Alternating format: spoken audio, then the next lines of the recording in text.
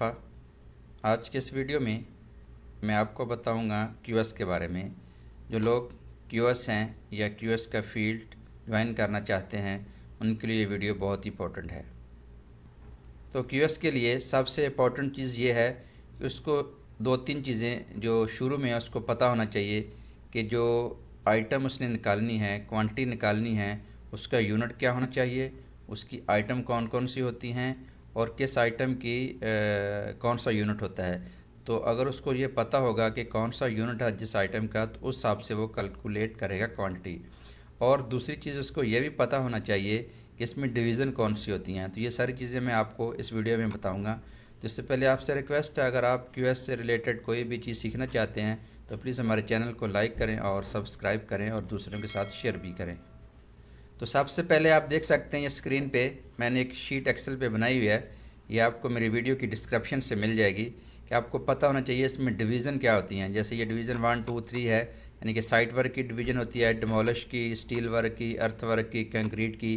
फिर इन डिवीज़न के अंदर सब आइटम होती हैं, यानी कि कंक्रीट है, कंक्रीट के अंदर आइटम्स होती हैं। ये राफ्ट की कंक्रीट है, फुटिंग की है, कॉलम की है। तो इसी तरह वाटर प्रूफिंग की भी आगे क्लासेस होती हैं, सब डिवीज़न साइट वर्क की है। तो आपको सबसे पहले ये डिवीज़न के बारे में जो मेन नेम है वो पता होना चाहिए। तो इसमें मैंने कोशिश की है कि जो मोस्ट यूज़ आइटम होती हैं वो सारी इसमें लिखी हुई हैं। और इसके अलावा आप देख सकते हैं ये एक मैंने लिस्ट बनाई है आइटम की। ये 1 से शुरू होती है। यहाँ पर आप देख सकते हैं ये टोटल मैंने 90 आइटम्स राइट डाउन की है लिस्ट में। ये जो मोस्ट यूज़ है, जो नॉर्मली मार्केट में प्रोजेक्ट्स पे यूज़ होती हैं वो आइटमें हैं, उनके बारे में बताऊंगा आपको। जैसे कि मैं लिखा है डिमोलिश है। डिमोलिश वर्क, जब किसी चीज़ को डिमोलिश करना तो नॉर्मली ये लमसम में आइटम होती है और या इसका स्क्वायर मीटर एरिया लिख देते हैं। अगर इसको मज़ीद डिटेल में जाना हो तो कभी कभार इसमें लिख सकते हैं कि आपने इतनी वाल्स तोड़नी है, इतने डोर या इतने विंडो, तो इस तरह इसकी आइटम होती है। तो अगर आप BQ बना रहे हैं एज ए QS, तो डिमोलिश की अगर आपके पास आइटम है तो उसका आपके पास डिटेल लमसम में या each आइटम में होगी। उसके बाद आता है एक्सकवेशन।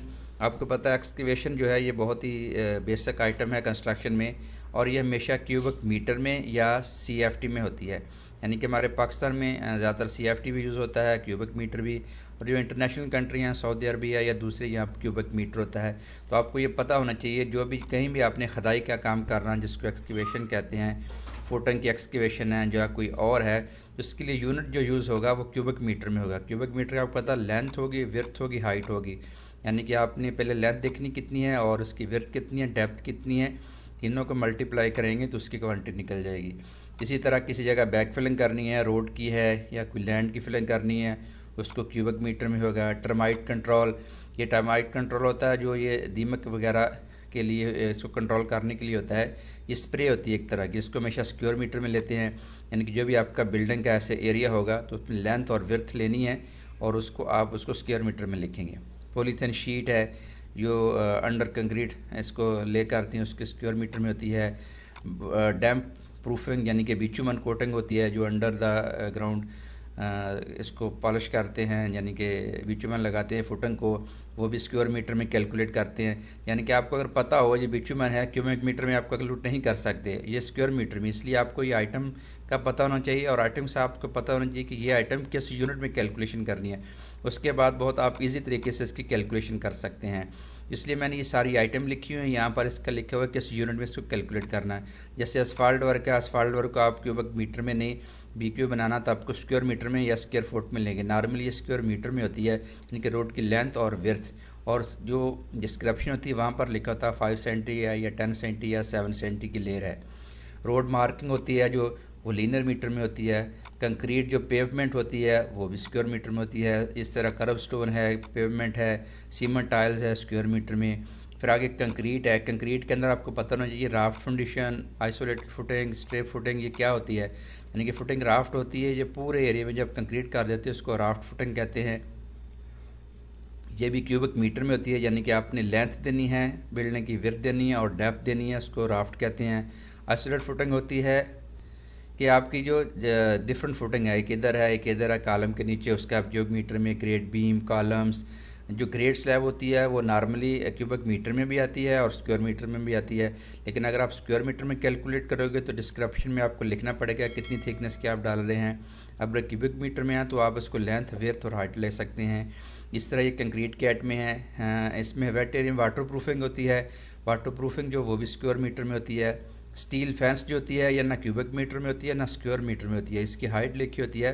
स्टील फेंस 2 मीटर की है या 10 फुट की हाइट है, 5 फुट की है, उसको लीनियर मीटर में इसको कैलकुलेट करते हैं।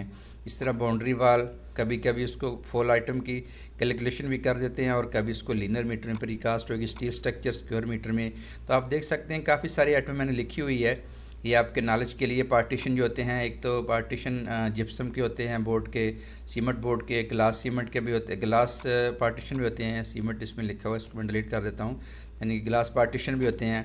ये स्क्वायर मीटर में सारा रहती है। इस तरह फ्लोर की जितनी आइटमें हैं, फ्लोर फिनिशिंग में स्क्रीड भी होती है, porcelain tiles, ceramic tiles, marble, granite, wooden floor, carpet, ये जितने भी चीज़ें हैं ये फ्लोर से रिलेटेड कहीं भी आपने BQ बनाना है इसको हमेशा स्क्वायर मीटर में लेते हैं, यानी कि लेंथ और विड्थ लिखनी है। डिस्क्रिप्शन में आपने इसकी डिटेल लिखनी होती है। ये मार्बल इतने सेंटी मोटा है, इसकी ये साइज़ है 60 बाई 60 40। तो इसकी जब क्वांटिटी कैलकुलेट करनी है, यानी कि आपको बेसिक नॉलेज होना बहुत ज़रूरी है कि क्वांटिटी आप किस यूनिट में कैलकुलेट करनी है। पेंट है ये हमेशा स्क्वायर मीटर में होता है। आगे पेंट नॉर्मल है, डेकोरेटेड है, स्टैम्प है, जो भी है आप उसमें लिखेंगे, लेकिन उसकी क्वांटिटी स्क्वायर मीटर होगी, लेंथ और विड्थ। इस तरह अल्मुनियम क्लैडिंग है। इस पर जिस सीलिंग के बारे में मैंने बताया हुआ है। डोर या विंडो है तो वो उसका आपने यहाँ लिखना था साइज़ डिस्क्रिप्शन में कि डोर इतने बाई इतने का है, 1 बाई 2 मीटर का है, उसको नंबर में सारा आएगा जितने डोर आएंगे। यहाँ डोर की किसमें आपको बताया, वुडन डोर है, मोटराइज शटर डोर है, या फ्रेमलेस ग्लास डोर है, या एलुमिनियम डोर है, तो वो नंबर में क्वांटिटी आएगी, लेकिन उसकी डिस्क्रिप्शन साइज़ जो भी है डिस्क्रिप्शन में उसका साइज़ और उसके स्पेसिफिकेशन आप लिखेंगे। और इसके अलावा जो अगर चीज़ का आपको पता नहीं चलता, फ़र्ज़ करें ये आइटम एक है, ये फोनक टॉयलेट पार्टीशन, आप कहते हैं यार ये क्या चीज़ होती है। आप as a quantity surveyor new हैं तो आपको नॉलेज हासिल करना है, और आपको पता कि जो बाहर सऊदी अरब दूसरी जगह में काम करते हैं, अपने कंट्री में ऐसी चीज़ें यूज़ नहीं होती, तो बाहर आपको बहुत सारी चीज़ें मिलेंगी नई। तो आपको अगर मिलती है तो जैसे ये आइटम है, मुझे नहीं पता ये क्या है, फ़र्ज़ करें तो इसमें कापी करता हूँ, बहुत ईजी।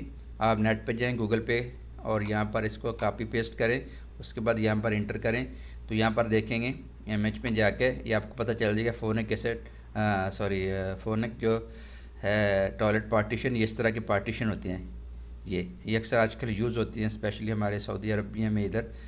तो इसकी कैलकुलेशन कैसे करनी है अगर आपने BQ बनाना है टॉयलेट का, तो इसके अंदर इसका स्क्वायर मीटर में होता है। साइन बोर्ड बार लगे होते हैं जो, वो भी इसी तरह वुडन डेकोरेशन होती है।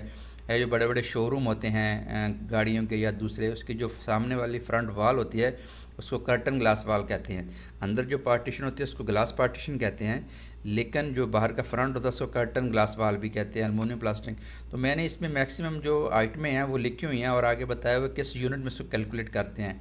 अगर आप एज ए QS काम करते हैं या करना चाहते हैं, इस फील्ड में आ रहे हैं, क्योंकि आपको पता कुछ लोग फील्ड में काम करते हैं, एक्सपीरियंस हासिल हो जाता है, फिर कहते हैं कि यार धूप गर्मी है, थोड़ा ऑफिस की तरफ चलें, तो उनको एक्सेल सीखें। एक्सेल के साथ ये आइटम के बारे में पता होना चाहिए कैसे कैलकुलेट करते हैं, प्लस इसका डिवीज़न के बारे में, डिवीज़न का बहुत ज़रूरी है।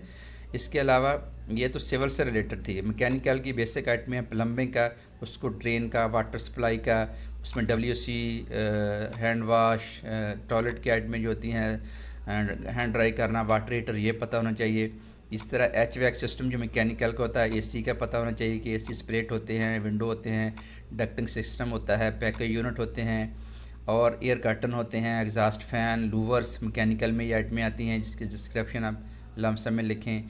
फायर फाइटिंग सिस्टम के बारे में पता होना चाहिए कि स्प्रिंकलर सिस्टम होता है, इसकी टेस्टिंग मशीन होते हैं, पंप होते हैं, ये सारी चीज़ें उनको पता होना चाहिए एज ए QS। मैकेनिकल की बेसिक जो चीज़ें यूज़ होती हैं जो बिल्डिंग लाइन में स्पेशली, इस तरह इलेक्ट्रिकल की बिल्डिंग लाइन में जो चीज़ें यूज़ होती हैं वो भी एज ए QS को पता होना चाहिए कि लाइट्स होते हैं, स्विचेस होते हैं, लाइट स्विच होते हैं, फायर अलार्म सिस्टम होता है, फायर पैनल बोर्ड होता है, फ्यू आइटमें होते हैं। ये बेसिक नॉलेज होना बहुत ही ज़रूरी है, और ये सारी चीज़ें आती हैं आपको तो आप एज ए QS काम कर सकते हैं आराम से। यानी कि आपको एक ड्राइंग पढ़नी आनी चाहिए और आइटमें कौन कौन सी है और किस यूनिट में है। इसके अलावा अगली वीडियो में आपको बताऊँगा इस आइटम की डिस्क्रिप्शन कैसे बनानी है।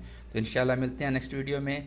तो अगर आपको हमारा चैनल और वीडियो अच्छी लगे तो प्लीज़ सब्सक्राइब करें हमारे चैनल को और दूसरों के साथ शेयर करें। Thank you so much.